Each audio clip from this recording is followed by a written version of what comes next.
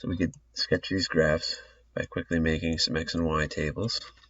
First one, the really interesting part would be plugging in values for y and seeing what happens when we switch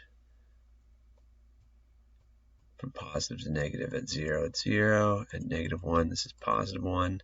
At -2 for y, this is +2. So plotting those points real quick.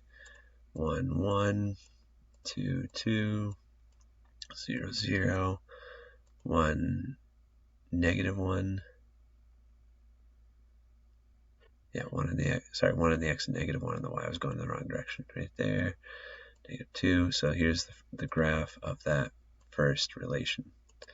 And this one here, maybe a different color.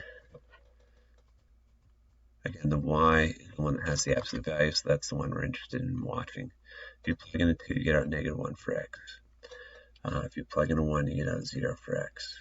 If you plug in a 0, you get out 1 for x. If you plug in a -1, you get out 0. If you plug in a -2, 1 minus 2 is going to give you -1. Okay, so that's probably enough. -1, 2, 0, 1, 1, 0, 0, -1, -1, -2. So they make roughly the same type of pattern, just going in opposite directions. Okay, so that's the sketch. The region enclosed by these two graphs is in between. And then compute the area as an integral. If you were to do this with a formal integral like this, you'd want to evaluate it between 0 and, well, you need to find out where they cross. So you can set these two equal to each other and solve. I think we're going to get is they cross at 1/2, right? Because if you plug in 1/2 in for x, you get out 1/2. Plug in 1/2, you get out 1/2. Yep, so they cross at x equals 1/2.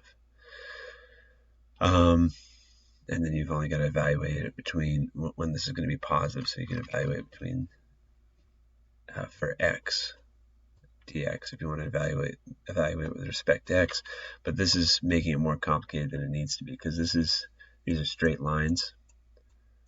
So you could split it up into two separate triangles. The top triangle is 1 across, and then we just saw that the intersection is at 1/2 on the x. And it's 1/2 on the y here too. So this triangle has a height of 1/2 and a base of 1. So it's 1/2 times base times height.